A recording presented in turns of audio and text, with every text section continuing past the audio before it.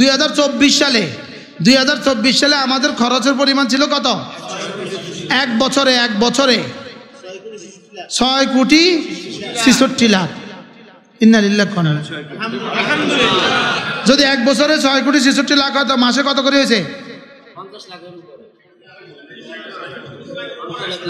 আরে 5-50 লাখ। কত লাখ? 5-50 লাখ প্রতি মাসে খরচ।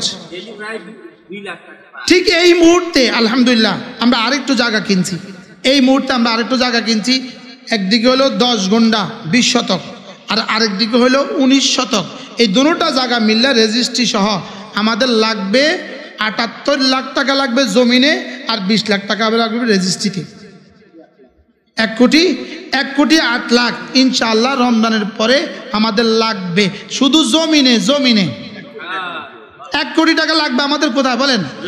যে আমরা জমিন বায়না করছি এই আশা, একজনে দিবে বলছে, ইনশাআল্লাহ দিয়ে দিবে, ইনশাআল্লাহ হয়ে যাবে বলেন।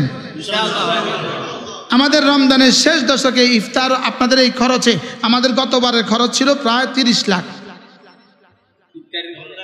রমজানের শেষ দশকে খরচ ছিল কত? প্রায় 30 লাখ। ইনশাআল্লাহ একজনে বলছে দিয়ে দিবে, সব দিয়ে দিবে।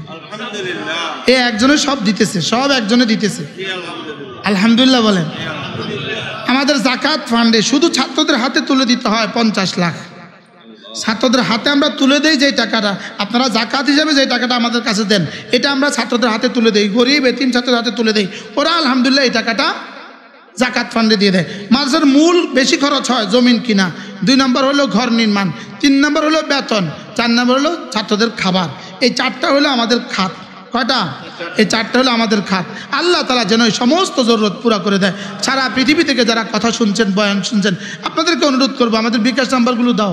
আমাদের বিকাশ নাম্বারগুলো আছে, অ্যাকাউন্ট নাম্বারও আছে। আমাদের বিকাশ নাম্বার আছে, অ্যাকাউন্ট নাম্বার আছে। যারা পারেন ওস্তাদের বেতনে শরিক হবেন, যারা পারেন ছাত্রদের খাবারে শরিক হবেন, যারা পারেন জমিন কিনাতে শরিক হবেন, যারা পারেন ঘর নির্মাণে শরিক হবেন। আল্লাহ তাআলা আমাদের সকলকে তৌফিক দান করেন। আল্লাহ তাআলা আমাদের হাজী সাহেবের হায়াতের মধ্যে বরকত দান করেন। যে যেখানেই আছেন, যে যেখান থেকে আসছেন, নিয়ত করেন ইনশাআল্লাহ আপনি আপনার হালাল কামাই থেকে, হালাল মাল থেকে মাদ্রাসার এই বরকতের ফান্ডগুলোতে কিছু না কিছু দান করবেন ইনশাআল্লাহ। আজকে দেওয়া জরুরি নয়, আপনি জীবনে যখন পারবেন তখন দান করবেন। যদি নিজে না পারেন সন্তানদেরকে বলে যাবেন যে সুদনপুর মাদ্রাসার দিকে খেয়াল রাখবা। বলেন ইনশাআল্লাহ, বলেন ইনশাআল্লাহ। হ্যাঁ, নিজে পারেন তো দিবেন। আজকে পারেন, আগামী বছর পারেন, এরপরের বছর পারেন, জীবনে যখন যা পারেন এরপরে হলো সন্তানদেরকে বলে যাবেন যে আমাদের এই হুজুরের মাদ্রাসার দিকে খেয়াল রাখবা। বলেন ইনশাআল্লাহ।